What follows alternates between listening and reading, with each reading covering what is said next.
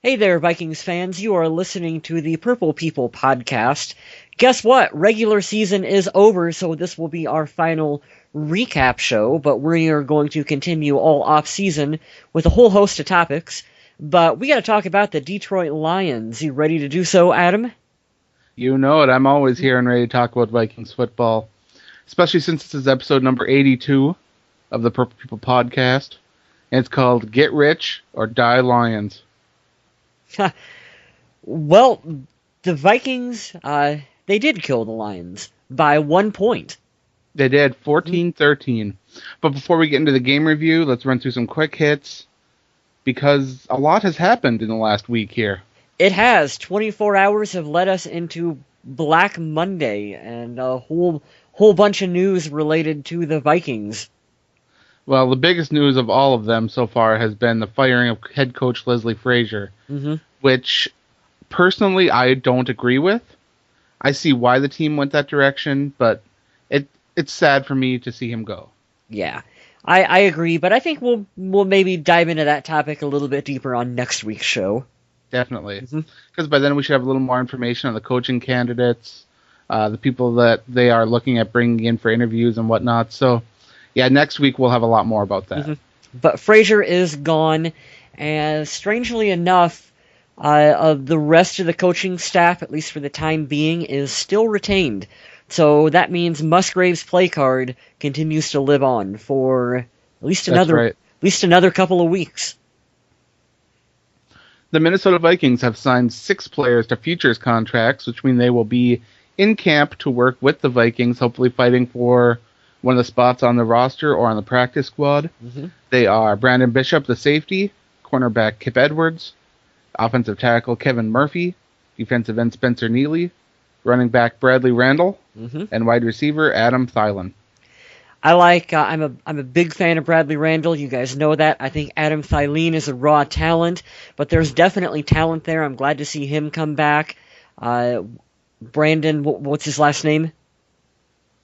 Brandon Bishop. Brandon Bishop. He's another good guy. That's a good group of guys to be bringing into training camp. It's true. Even though they are young guys, these guys are experienced. I mean, a lot of these guys have seen time on the regular roster for the Vikings even. So it's good to see them bringing these guys into camp. Yeah, and we get us a coaching staff in place who actually understands how to use its young talent, and maybe we'll see the most out of some of those guys that we just mentioned. The Vikings now officially own the number 8 overall draft pick in the upcoming draft. It'll be interesting to see what direction they move, if they decide to move up, down, whatever. A lot of speculation about that already, even though the draft is so far away. But gotta talk about something right now. But I guess draft is number 2 because they moved the coaching topic to number 1 right now. Do you want to own a piece of the Metrodome? If you do, head on over to the Star Tribune website where you can order a seat from the old Metrodome. There are some nice prices on them if you're into them. I personally would love to have a couple in front of my television when I watch games. Don't get me wrong, they're not that comfortable, but the memory of it is what it is. It's not like they're lazy boys or something. They're relatively cheap, all things considered. They are. It was, what was it, like $64 for just a random seat, and then if you wanted to request one of a specific number, I think it was something like 84 or 85. Yeah. So, and I don't even begin to know what shipping charges would be for a chair, but... it's pickup only, I believe. Is it? Okay, well, There you go. It means I can't order one. But all things considered, pretty reasonable price for it. I agree. If you want to set up your man cave, there you go. The players for the Pro Bowl have been named, and only one Viking will take part in the festivities, and that's Adrian Peterson, and that's if he is healthy. I don't expect him to play. I don't think he should play, but we'll see. Yeah, good luck trying to keep Adrian Peterson off a football field. It's not an easy thing to do. Yeah. And I kind of grouped together my last 4 quick hits because they all belong together. And they all have something to do with Cordarrelle Patterson. Cordarrelle Patterson set 4 franchise records this year for the Vikings. Most kickoff return yards in a season. kickoff return average, most rushing touchdowns by a wide receiver in a season, and the longest scoring run by a wide receiver. Mm-hmm. So, for those people that loved that article that came out that said the Vikings drafted the wrong guy, I'm not so sure about that. Yep, that kind of proves that the author of that article was wrong. And I think that probably leads us pretty nicely into our game ball and donkey segment, because my game ball, I'm giving it to Cordero Patterson. You have to. I mean, the guy scored both touchdowns, right? Exactly. It's like he was in the absence of Adrian Peterson. It's like he is the Vikings offense. Just seeing all the things that he can do with the football, receiving kickoffs, rushing with it, that 50-yard run that he had is just the stuff of...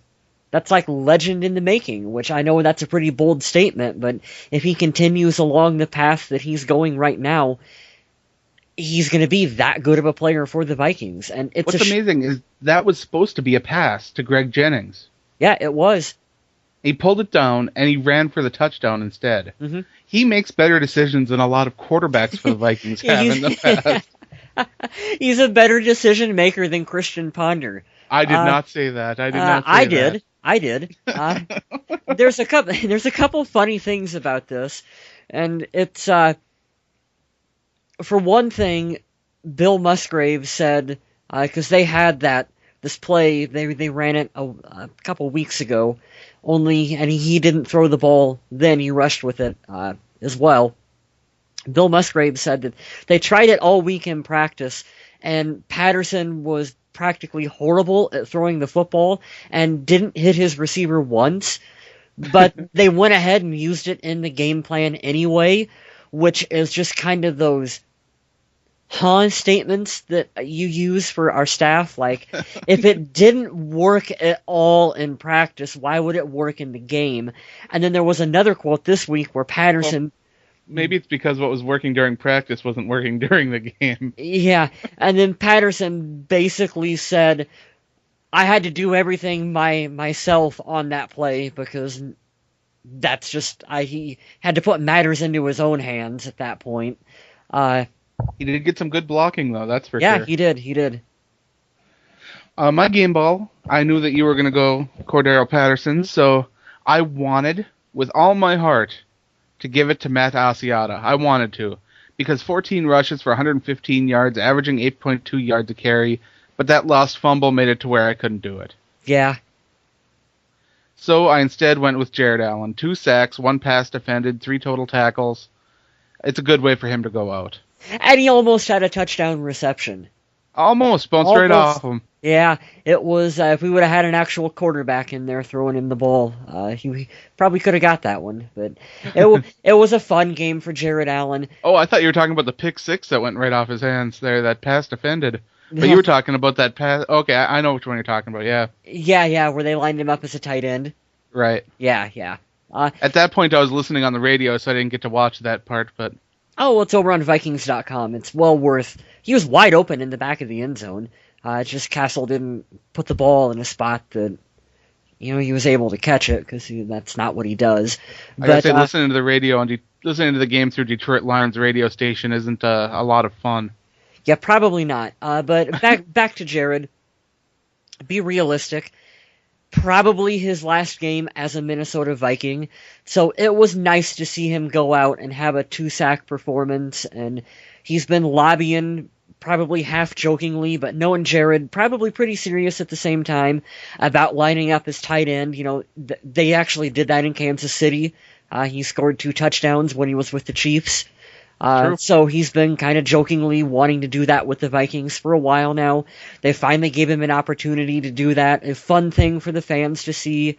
And it's a nice, good game for him to go out on top for the Vikings, assuming he doesn't come back. Absolutely. It's great for him to close out his possible Vikings career with a win. It's good to close out the building itself, now that the building will be torn down. It's good to close that out with a win. It's good to close the season out with a win, get some momentum going. I know a lot of people are saying these wins are costing draft picks and stuff, and you've heard our rants about that. But I'm glad to see the win. I'm glad to see this team still fighting. And I love the Vikings. I love to see them pull down wins. Well, it turns out, Adam, from what I read over Twitter, is that the way wins and losses broke down between all the other teams is that this one wouldn't have mattered. Yeah, it didn't matter if the Vikings won or lost. We were going to because there were no other 5-win teams in the NFL. Precisely. So we were going to be drafting number 8 regardless of the outcome. So all the more reason for these guys to go out there and pick up the win and just be happy as a fan to He's a division opponent, especially the Lions. I live in Michigan, remember? Mm-hmm. That's a big one for me. Mm-hmm. That's bragging rights. Yeah, precisely. Although it did to me kind of look like the Lions were dogging it a little bit. Like, I don't think they were. If this would have been more of a meaningful game, I think you would have seen a lot more effort from them. I don't think they were. Well, let's be honest. This was the Lions without Calvin Johnson, the Vikings without Adrian Peterson. Yeah, it was watching like the non-star power game. Mm-hmm. Don't get me wrong, Cordero Patterson's on his way there, but he's not quite there yet. All right, let's name our donkeys. I'll start off, and my donkey has nothing to do with the football game. Nothing. And it's Rick Spielman for firing Leslie Frazier. I still think he made the wrong decision. I think both those coordinators should be gone. They should have got him some help. And Frazier should have been able to retain his job for one more year. But that's why I'm naming Rick Spielman my donkey. I don't know. I'm sure Spielman obviously had to play into that. But I believe that would have been... the Wilfs, I think, have a large say in that one, too. I don't know what the breakdown would be, but I would imagine that would be more of a team decision, I guess, if you want to call it that. But I understand where you went with that one, Adam. For my donkey, I don't have anyone because it's the final game of the season in the Metrodome, and it's just knowing that they're going to fire Frazier and all the other stuff. It's like, God, I really don't feel like ragging on anyone anymore on this team. It's like we ragged on them all season, and that's our last game, ball, and donkey for this year. Yeah, and it's like I don't want to kick these guys anymore when they're down because they finally won. It's the final game of the season, so let's let them go out on a high note. Absolutely. Mm-hmm. All right, let's go into the game review. Do you have anything to say about quarterback Matt Castle? He is what he is. I want him to come back, but I don't want him to have to play a single down for the Vikings next year. You know what I mean? Like I do. Yeah, I like the fact that he's on the team and he's a backup that you can count on Castle if you need him for, that one game stretch. But He's as big of a turnover machine as what Christian Ponder is. He makes better decisions and he's a better quarterback than Ponder, but he's not the kind of guy you want to hang your franchise. Gosh on. Darn it, I don't want to sit through an entire season of Matt Castle football, and I don't want to do the Donovan McNabb Part 2 situation where no. It's Castle for 6 games, and then rookie quarterback comes in and finishes the season. It's like, no, can we have one quarterback and full season with him? Like, that's what I want. Even though Christian Ponder struggled those couple years that he was the quarterback, he was the quarterback. We knew what was happening. Mm-hmm. And I like that. I like consistency. This year was not consistent whatsoever. Let's get back to that consistency, even if it's not the greatest. Yeah, it's this week-to-week stuff was just killer, particularly at the quarterback position where you don't want it week-to-week, and it's just too much. No wide receiver this week went over 50 yards receiving for the Vikings. The best was Greg Jennings with 44 yards off 5 catches. Right behind him with 43 yards on 5 catches was tight end Chase Ford. And Chase Ford is a guy that's really raising his stock in the absence of Rudolph and Carlson. Mm-hmm.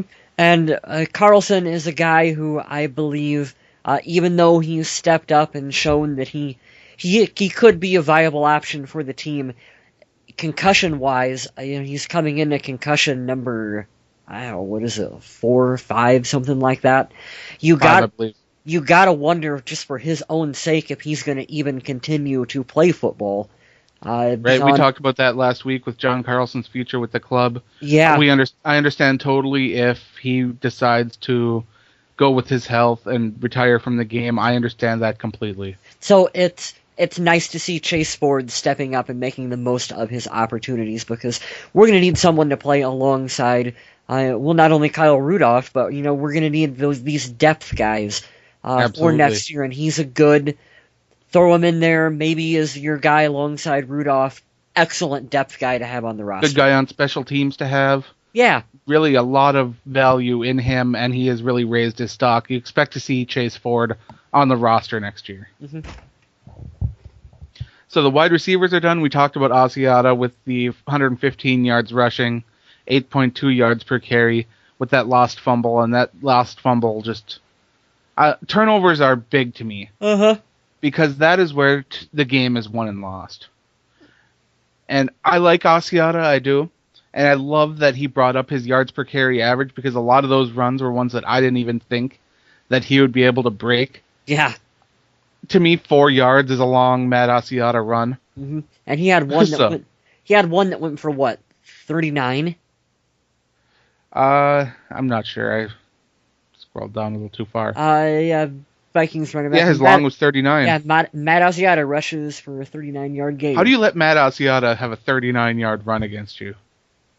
When you play in a game that doesn't matter. I suppose when you're playing against the Lions defense, that's... Exactly. There's a reason why their head coach got fired as well, too.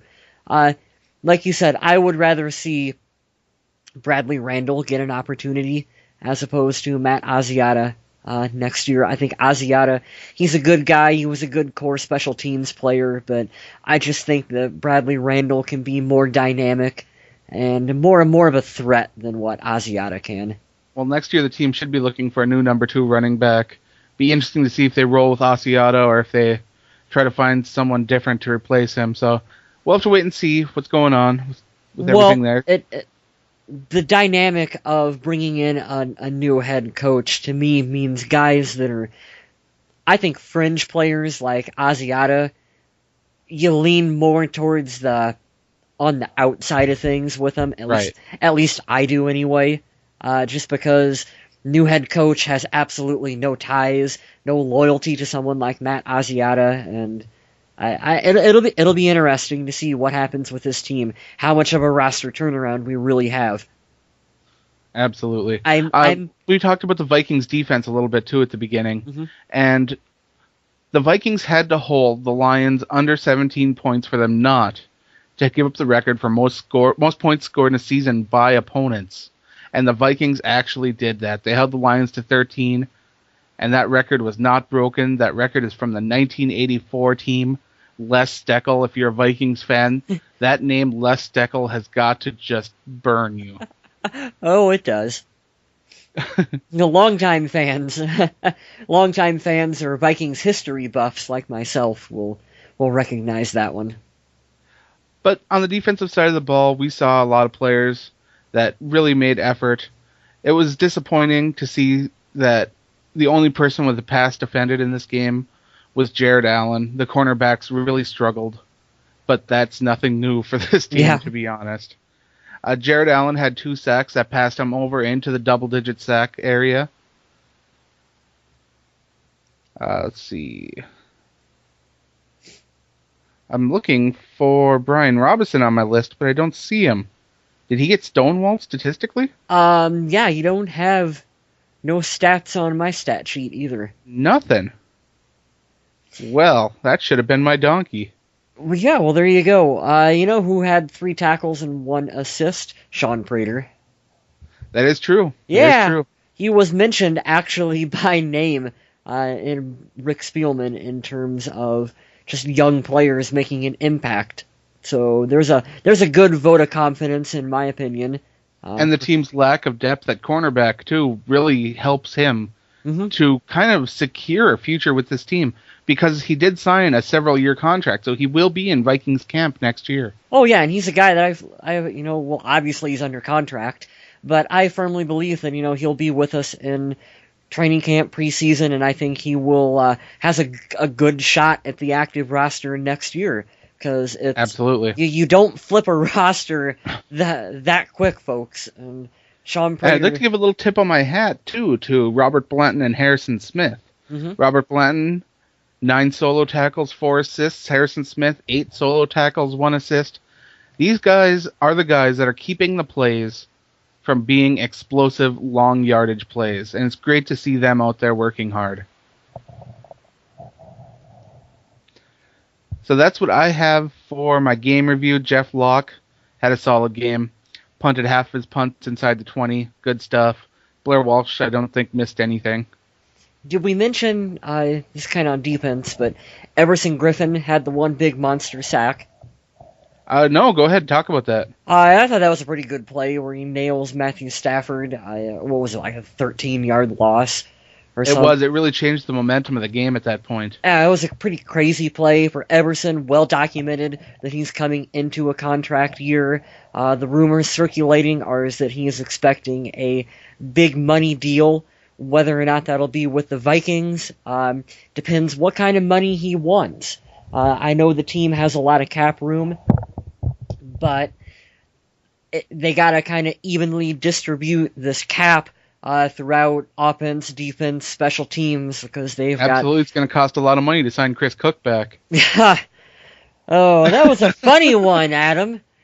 But it all depends, what they're willing to spend and whether or not Everson Griffin fits into the equation, because who knows even what style defense we're going to be running. Is it going to be a 4-3? Absolutely. Is it going to be a 3-4? Is it going to be a Tampa 2? I mean, who knows what we're doing? You never know. It's all we'll find out a lot more of that here coming up. For my rant, which isn't a rant, it's what's the opposite of a rant? I don't know. But I guess it's a praise. I'm going to praise some people here. Okay. I want to thank the fans of Minnesota. Because that last game, the Vikings fans didn't have much of a reason to go out and support the team. No Adrian Peterson. The game didn't really have any meaning as far as draft picks or anything like that. But still, the fans were there. They were loud. They were getting crazy, and they were having fun. And they represented the team and the state of Minnesota really well. So thank you for that, teams. The second thing, thank you for not rioting. I know a lot of you don't remember what happened when the Met closed down, but after the last game at the Met, things got a little crazy. If you haven't seen it, head on over to the Viking Age, and there's a video of the fans getting crazy and tearing down the Met, but I'm really glad that didn't happen. I know a few clever folk managed to snag a few little pieces of memorabilia from the dome on the way out. Oh, you gotta try. One of my friends got a cup holder from the seat, which there you go. I thought was pretty rad that someone got a cup holder. I agree with you, Adam. It was nice to see the Vikings fans, the faithful, going out there and supporting our team, supporting the Metrodome. Last Absolutely. Game in the Dome. I know it's been a hard season. Mm-hmm. I know there hasn't been a lot to cheer for. But these people that show up in purple, cheer on their team, even when their team is really down, that's amazing, and I thank them. Mm-hmm. And that's all I have for this week. Do you have anything else you'd like to add? I kind of touched on it at the beginning of the show. Like I said, we'll have a full off season of activity around here, just like last year. Plenty to talk about with Leslie Frazier being gone and potential candidates to come in to replace him and other coaches. Absolutely. And we'll have draft recap, or not. Well, we will have draft recap, but before we get to the recap, we'll have players. Oh, you'll have my mocks, and you'll have all that kind of stuff coming up. Yeah, Adam's our mock guru. What else? I think we'll be going. We will have some guests too. So if you are interested in being on, tweet us, send us a Facebook message, all that kind of stuff. We will be looking for people to come on the show with us and share their views about the team.